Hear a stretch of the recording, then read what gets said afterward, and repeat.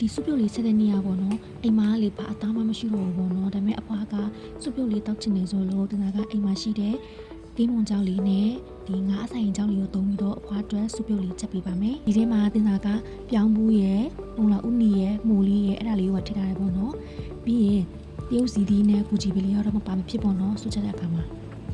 ရတာတော့တနာကစားမျိုးပဲထည့်ထားပါတယ်ဒီဦးဆိုတနာကဒီရေစင်ရမယ့်ဟာတွေအကုန်လုံးရေစင်ထားလိုက်တယ်ပြီးတဲ့ခါကျရင်ဒီငါးအဆိုင်ကြောက်ကိုတနာဝယ်ထားတာကြာပြီးဆိုတော့လေစီကြီးနဲ့ထွက်မှာဆိုတနာကရေနူးနဲ့တရေပြုတ်ပြီးတော့တခြားလေးစီးလိုက်တယ်ပေါ့နော်ပြီးရင်လေရေလေးစစ်ထုတ်ပြီးတော့အတုံးလေးတနာညှက်လိုက်တယ်ပေါ့နော်ကင်းမုံကြောက်လေးကိုလည်းတနာကရေစင်ပြီးတော့အပေါ်အခွန်လေးတွေခွာလိုက်တယ်ပို့ပြီးတော့လူးလွယ်အောင်တနာကအသေးလေးညှက်လိုက်တယ်ပေါ့နော်ဒီစုပြုတ်ဦးလေးကိုလေတနာကမီးအနေတော်လေးထားပြီးတော့ခဏကြီးတိတိတနာတင်ထားလိုက်တယ်ပေါ့နော်စုပြုတ်ဦးလေးကလေအသားမပါဘဲနဲ့ပြောင်းမှုရဲ့မူလောင်ဦးနီရဲ့ဒီကိုဒီဘယ်လီရဲ့တရုတ်စီဒီရဲ့အဲ့ဒါလေးတွေပါတဲ့တကြောင်မို့အဲ့ဒါလေးကချိုလေးနဲ့အရန်တောင်းလို့ကောင်းတယ်ချိုလေးချက်တဲ့အခါမှာအဖွားကလေသူအရန်တောင်းလို့ကောင်းတယ်အရန်ကြိုက်တယ်ဆိုတော့ကိုကအရန်ကိုစစ်ချင်တာပါတယ်